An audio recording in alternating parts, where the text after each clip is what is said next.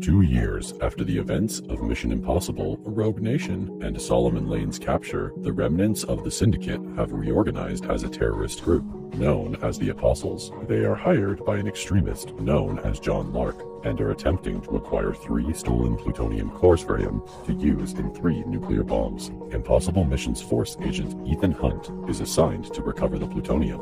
During the mission in Berlin, the Apostles take fellow teammate Luther Stickle hostage. Ethan chooses to save Luther, allowing the Apostles to steal the cores. The IMF team later captures Norwegian nuclear weapons expert Niels Delbruck, whom the CIA believes is building weapons for John Lark. Using a fake broadcast of teammate Benji Dunn posing as CNN's Wolf Blitzer and announcing the bombings of Rome, Jerusalem, and Mecca, they trick Delbruck into unlocking a phone he used to communicate with John Lark.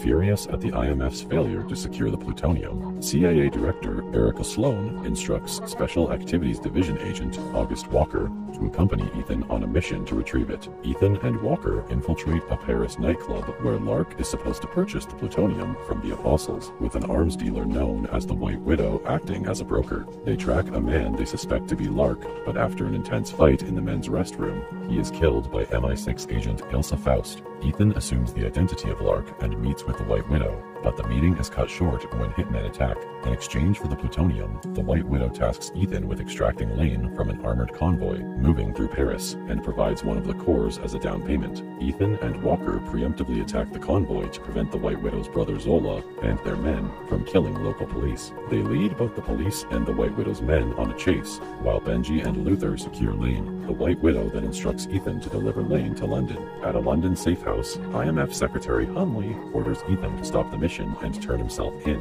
After receiving doctored evidence implicating Ethan as John Lark, the team trick Walker into admitting he is the real Lark and informs Sloan, who sends a CIA unit to take everyone into custody. However, the unit has been infiltrated by the Apostles and is under Walker's command. Walker kills Hunley and Ethan pursues him.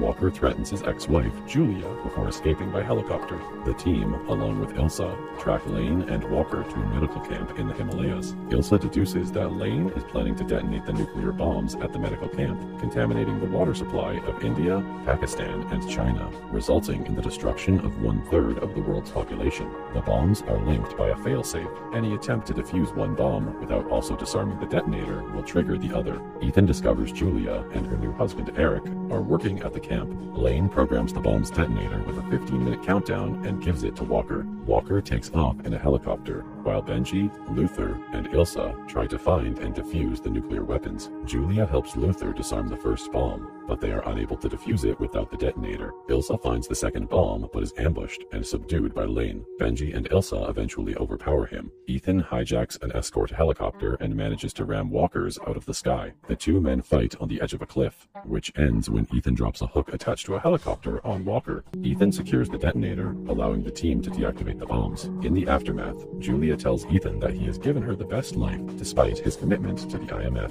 Sloan hands Lane over to MI6 through the White Widow, earning Ilsa her exoneration, and praises Ethan for his actions.